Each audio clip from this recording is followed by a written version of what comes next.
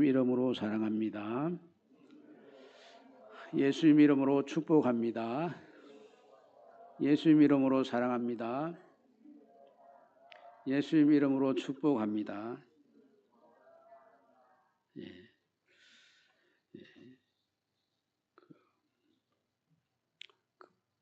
평양신학교가 우리 한국에서 제일 먼저 선 신학교입니다. 그런데 이 신학교에 대한 그 이야기가 있습니다.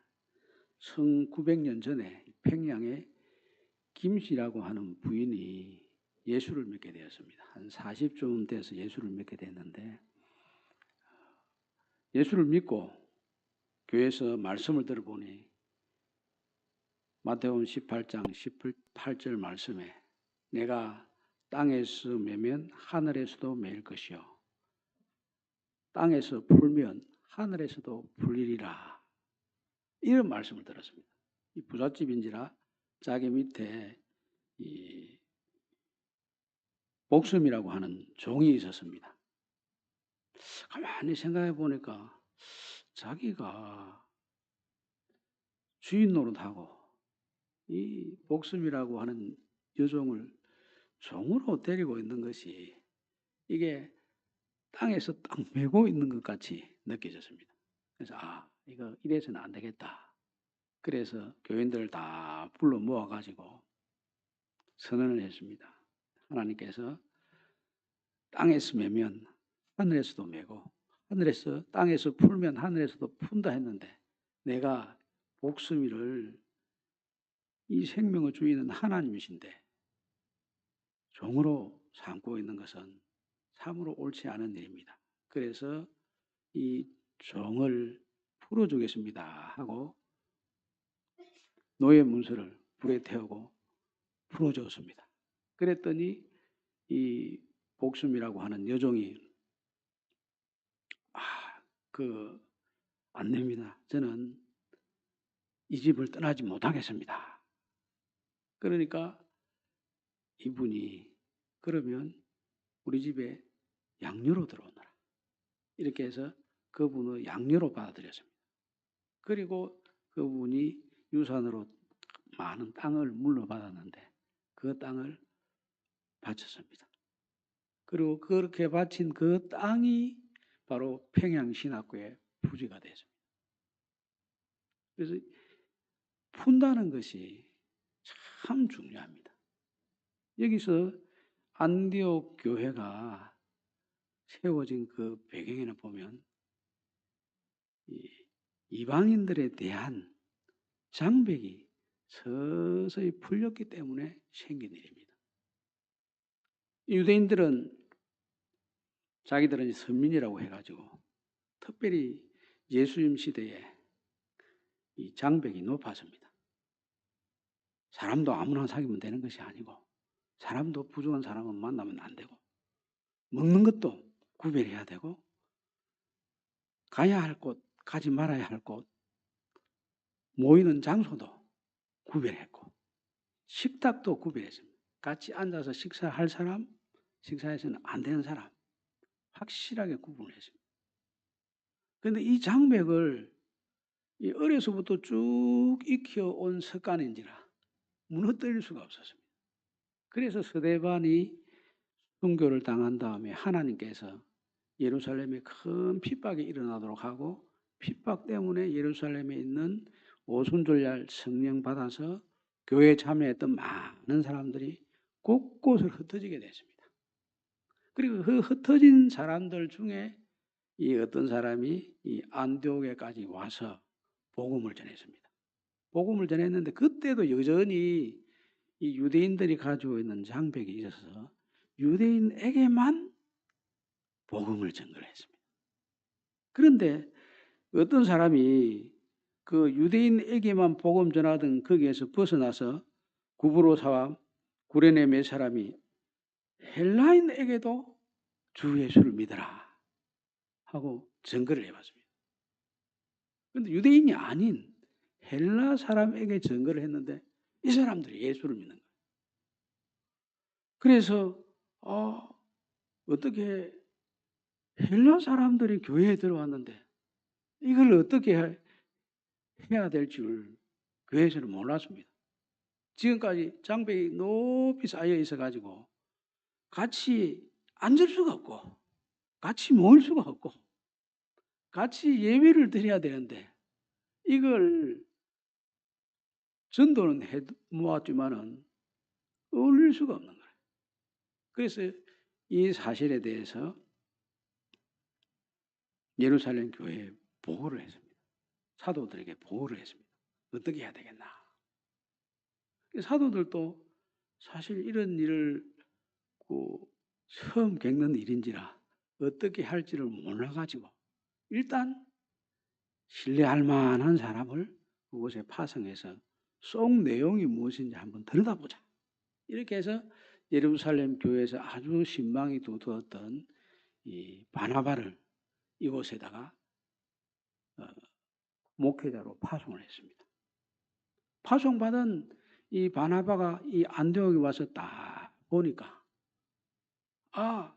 다른 게 보이는 게 아니고 이 속에 하나님의 은혜가 보입니다. 그리고 그 은혜가 하나님의 손에 의해서 모든 것이 이루어진 것으로 딱 보였습니다. 하나님 은혜가 딱 보이게 되니 이 은혜로 말미암아 이 같은 일이 벌어졌다. 그래서 은혜가 임한 곳에 풀리는 것이 있고 은혜가 임한 곳에 전도와 선교가 이루어집니다. 안디옥 교회는 이 세계 선교에서 아주 중요한 역할을 했습니다. 예루살렘 교회가 온 세계로 뻗어나가는데 중요한 역할을 했고 그 다음에는 이제 안디옥이라는 교회에서 교회가 생기고 선교사를 파송함으로 말미암아 세계 선교가 거기서 시작되었습니다. 지도를 한번 보시면 안디옥이 어떤 곳에 있느냐 하면은 시리아 위에 지금 그 보시면 저 바다에서 한 25km, 27km 정도 떨어져 있는 도시입니다. 즉 시리아 안디옥입니다. 시리아 안디옥이라는 지명을 가진 곳이 일반적인 그 역사에서 보면 50곳이 넘습니다.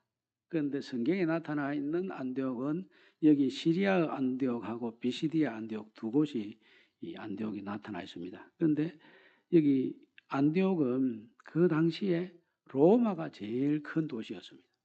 로마가 제일 큰 도시였는데 그때 인구가 한 300만 정도 됐다고 합니다. 그리고 두 번째 큰 도시가 알렉산드리아, 이집트의 알렉산드리아, 세계 최초 도서관이 있었던 알렉산드리아가 두 번째 큰 도시였는데 거기 100만 명의 사람들이 살았다고 합니다.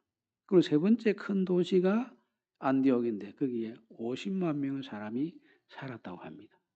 그래서 전략적으로도 보면 예루살렘 이 좁은 곳에서보다도 안디옥이라고 하는 곳에서 선교하게 될 때 이 장소가 온 세계를 향할 수 있는 요충지 역할을 할 수가 있었습니다.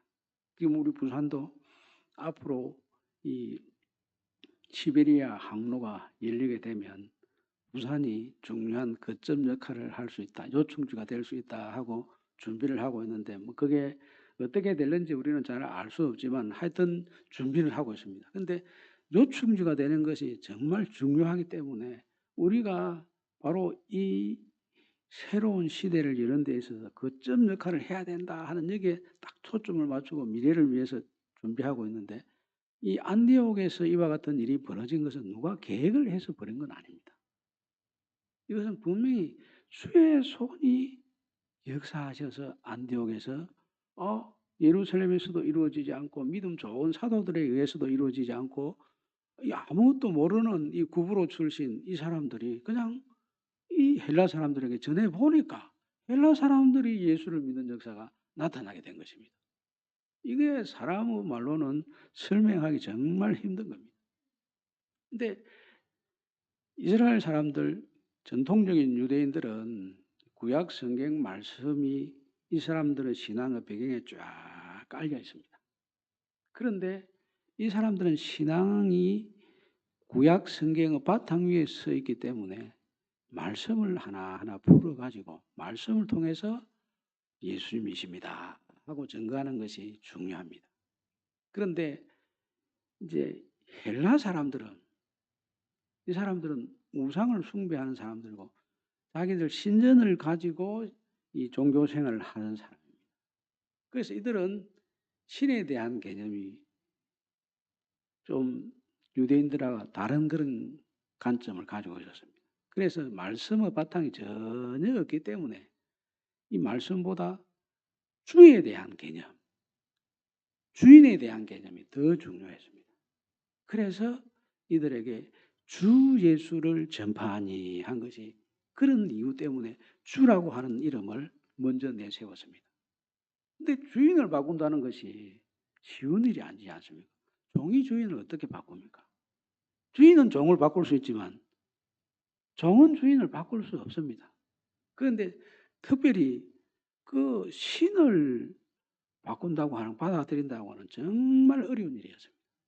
이들은 뭐 제우스 신을 섬기고 무슨 아프로디테의 신을 섬기고 무슨 바카스 신을 섬기고 이런 신들이 많이 있지 않습니까? 여러 신이 있는데 그 신을 전부 제쳐놓고 예수님이 그 자리에 들어가야 된다. 이거 쉬운 일이 아닙니다. 그런데 우리 생각에 쉬운 일이 아닌데 하나님이 하시면, 주의 손이 함께하면 이게 또 놀라운 역사가 일어납니다.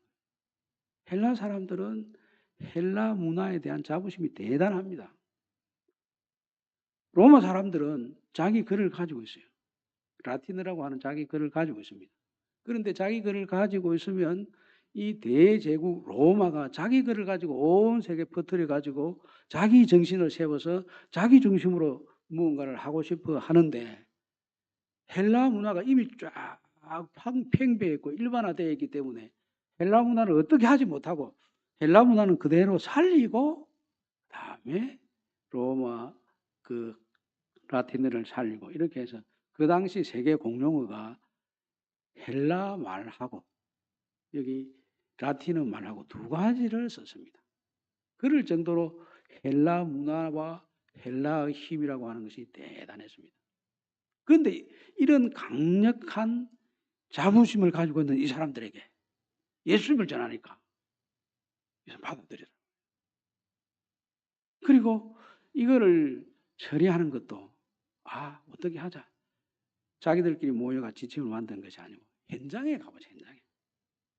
현장에 가서 거기서 무언가 하나님께서 어떻게 일하시는가 보자.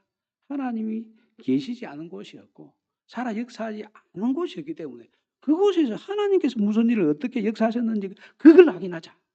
거기에 따라서 하나님의 일하시는 그 모든 것에 의지해서 하나님의 인도하심 따라 정리를 해나가자. 이렇게 해서 지혜롭고 또 하나님의 마음을 가지고 있는 이 바나바를 그곳에 파송해서 그곳의 현장을 잘 살피도록 했습니다. 그렇게 살피도록 했더니 여기 주신 말씀에 보면 그곳에 가서 먼저 보게 된 것이 23절에 그가 이르러 하나님의 은혜를 보고 기뻐하여 모든 사람에게 굳건한 마음으로 주와 함께 머물러 있으라. 크게 가서 보니 하나님의 은혜가 저들 속에 다 자리 잡고 있습니다. 그래서 이 하나님의 은혜로 붙들어야 되겠구나. 그러면서 주 예수를 전파했는데 예수님을 어떻게 붙들으라 하냐 하면 여기 주신 말씀에 보면 굳건한 마음으로 모든 사람에게 굳건한 마음으로 주와 함께 머물러 있으라. 머물러 있으라는 같이 살아는 뜻입니다. 예수님과 같이 살아라.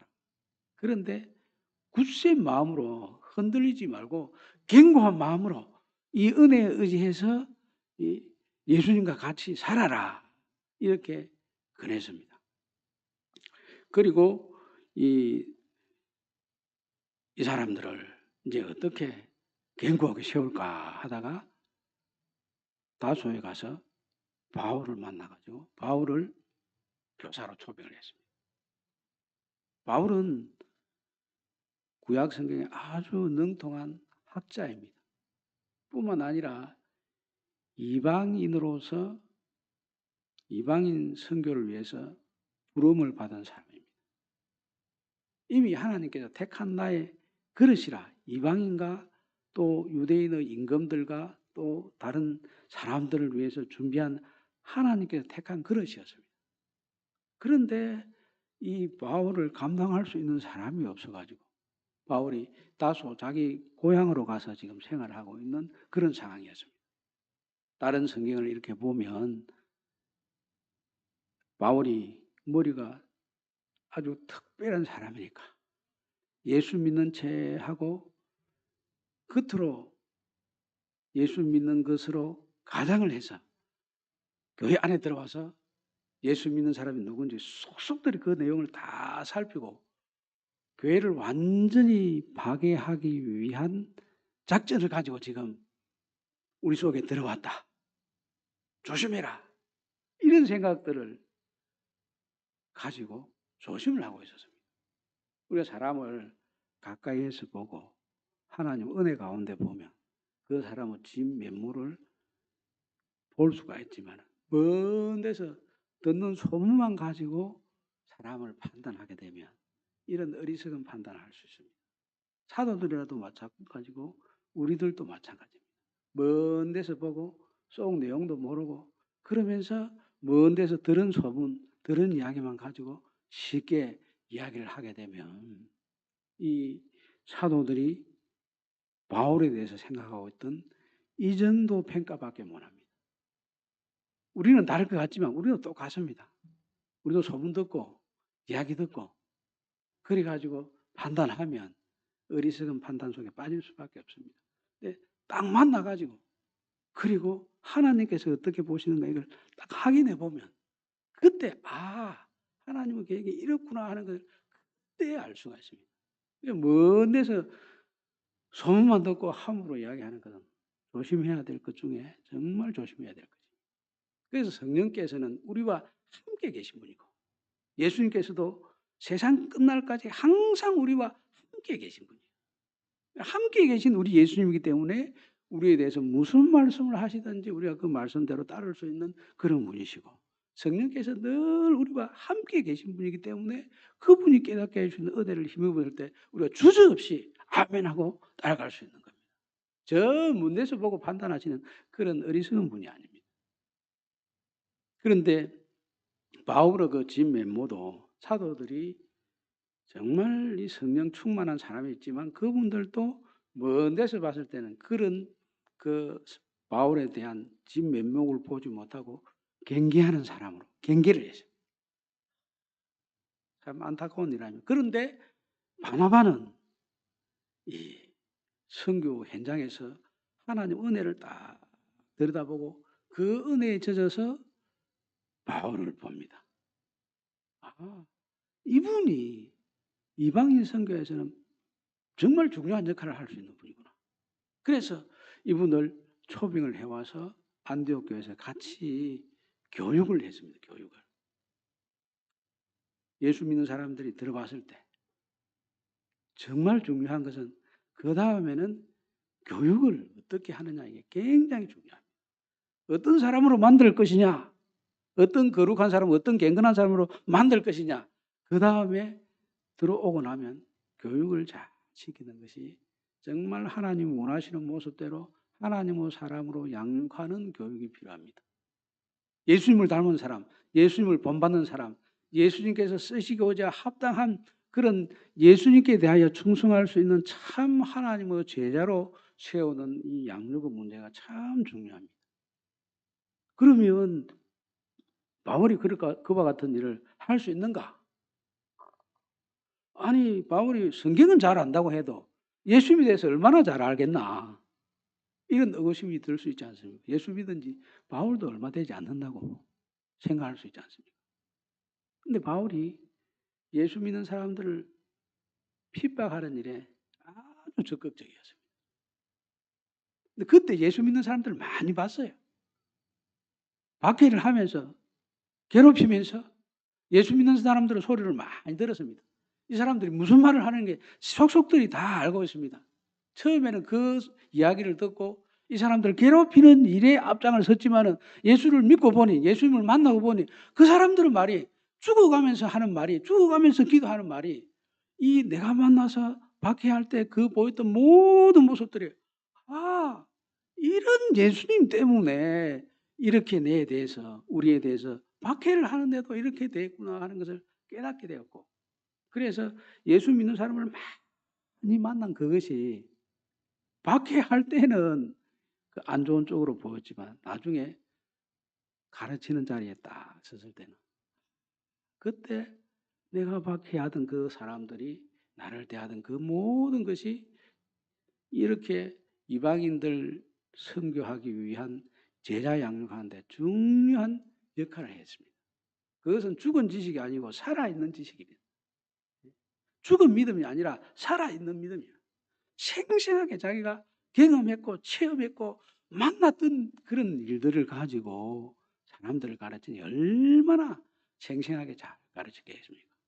그러니까 안디옥 교회에서 금방 이 선교에 대한 열정이 일어나고 부흥이 일어나고, 그래서 이 50만 안디옥 교회가, 안디옥 도시가 이 안디옥 교회로 말미암아 정말 새로운 모습을 면모를 가지게 됐습니다.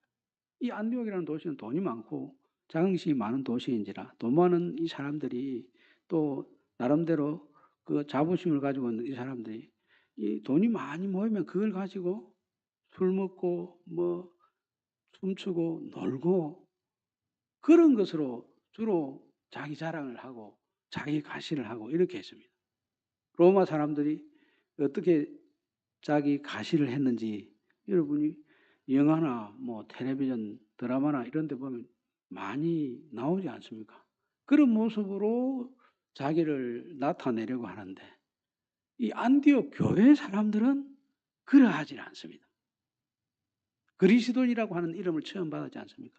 근데 무슨 일을 하느냐, 이 사람들을 보니까 성실하고 부지런하고 그러면서도 이 사람들은 우리들처럼 먹고 놀고 즐기고 이런 것이 아니고 그걸 모아가지고 가난한 사람들에게 구제를 합니다. 그래서 여기 사도행전 11장 29절에 보면 제자들이 각각 그 힘대로 유대에 사는 형제들에게 부조를 보내기로 작정하고 이를 실행하여 바나바와 사울의 손으로 장로들에게 보내니라. 예루살렘 교회가 이제 흉년이 들어가지고 큰 어려움을 겪는다는 소리를 듣고 여기 교육을 받은 이 사람들이 힘대로 이 유대에 있는 성도들을 위해서 헌금을 모아가지고 바울과 바나바 편으로 그곳에 보냈습니다. 이제 성장한 거 아닙니까? 제자들이 제자다운 면모를 보이는 것은 예수님의 마음을 직접 실행하는 거 아닙니까? 예루살렘 교회에서 예루살렘에서 쫓겨나가지고 지금 이곳에 왔지만은 그 예루살렘 교회에 어려움이 있다는 소식을 듣고 이제 이방인들이 중심으로 모여있는 이 안디옥 교회에서 예루살렘 교회를 돕는 일을 했습니다. 이방인 선교만 나간 것이 아니고 예루살렘 교회를 잘 도왔습니다. 이게 한 번만 여기 나온 게 아니고 두 번이나 그런 일을 했습니다. 그래서 참 예수님의 마음으로 바울이 또 바나바가 훈련을 잘 시켰구나. 자신들만 예수님을 닮은 것이 아니라 성도들도 예수님의 제자 되게끔해서 정말 예수님의 마음을 가지고 이 교회를 들여다보고 예수님의 마음을 가지고 세상을 들여다보고 예수님의 마음을 가지고 주변에 있는 많은 사람을 돌보는 일을 이때 했습니다. 그래서 하나님께서 주의 손이 다시 한번 역사해서 13장 말씀에 가면 안디옥에다가 바울과 바나바를 떼어 세워라. 그리고 이 사람들을 선교사로 파송해라. 이전에도 박해가 일어나서 스데반의 죽음 이후에 박해가 일어나서 많은 사람들이 세상으로 흩어졌습니다. 그것도 하나님께서 다 선교사로 파송한 거예요. 공식적으로 선교사로 파송을 한 건 아니라고 할지라도 교회에서 파송한 건 아니지만은 성령님께서 온 세상에다 선교사로 파송을 한 겁니다. 그러니까 바울이 로마에 갔을 때도 로마에 교회가 있었고 이 안디옥에도 사도들이 가서 전도한 게 아닌데 교회가 지금 세워지게 되었고, 그런데 이 안디옥 교회에서는 하나님의 말씀을 듣고 공식적으로 바울하고 바나바를 세워서 선교 여행을 가도록 했습니다. 그러니까 이 교회에서 아마 가장 영향력이 있는 사람이었을 거 아닙니까? 바울은 이 아주 헬라어에 능통하고 완전히 세계화가 되어 있는 그런 분이고, 바나바는 이 제사장 출신이니까 성경 말씀에 아주 능통한 사람이기도 하고 제사장의 윤리를 가지고 그것이 몸에 잘 배어 있는 사람이기도 합니다. 근데 공부를 많이 한 사람들이 어떻게 보면 냉정한 사람이 많습니다. 차가운 사람이 많습니다. 바울은 굉장히 공부를 많이 하고 많은 성경을 알면서 너무 또 이 칼날로 이렇게 재단을 하듯이 이런 모습이 조금 그에게 있습니다. 그런데 바나바는 제사장이니까 암만 해도 남의 허물과 죄를 보면 그걸 품고 어떻게 하든지 살려내야 되겠다는 이런 마음을 가지고 있는 분이 바나바입니다. 근데 이 두 가지가 다 조화를 이루면 결정적으로 좋지 않겠습니까? 선교사도 만약에 바울 혼자 갔다, 좀 뭔가 모자라는 거. 바나바 혼자 갔다, 거기도 뭔가 좀 더 보충했으면 좋겠다 하는 것이 있는데, 이 두 분이 딱 팀을 이루어서 나가게 되니까 얼마나 이게 참 부족한 것을 서로 채우면서 잘 조화된 모습으로 선교를 할 수 있습니까? 그래서 예수님께서 선교하러 보낼 때, 전도하러 보낼 때 둘씩 짝을 지어서 보낸 이유가 거기에 있습니다. 한 사람이 어려운 일을 당하면 뒤에서 기도하다가 방어를 해주고, 그래서 서로 부족하고 모자라는 부분들을 보충하면서 하나가 되어서 이렇게 주의 이름 전하라고 그렇게 했는데, 그 모습 그대로 바울과 바나바도 둘이 딱 짝을 지어가지고 파송을 받는 그런 일을 했고, 바로 이것이 또 새로운 그 세계 선교 계기가 되었습니다. 안디옥 교회만 이방인 교회가 아니고 우리들도 역시 이방인 교회 아닙니까? 그리고 교회가 존재하는 목적 중에 하나는 예수 그리스도의 이름을 증거하는 것입니다. 복음 전파하는 그 목적이 제일 큰 목적입니다.